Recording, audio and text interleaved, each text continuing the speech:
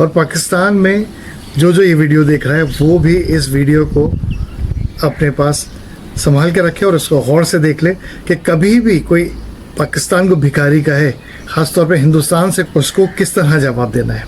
ये भिखारीपन है क्या, पहले तो हम इसको समझ लेते हैं। किसी भी मुल्क का भिखारीपन अगर देखना हो तो उसका टोटल डेप्थ देखते हैं कि उसने कितना कर्जा उठाया हुआ है। इंडिया ने इस वक्त 2.18 ट्रिलियन डॉलर कर्जा उठाया हुआ है, यानी टोटल डेप्थ, जबकि पाकिस्तान पर 265 बिलियन डॉलर का कर्जा है। कहाँ ट्रिलियन और कहाँ बिलियन।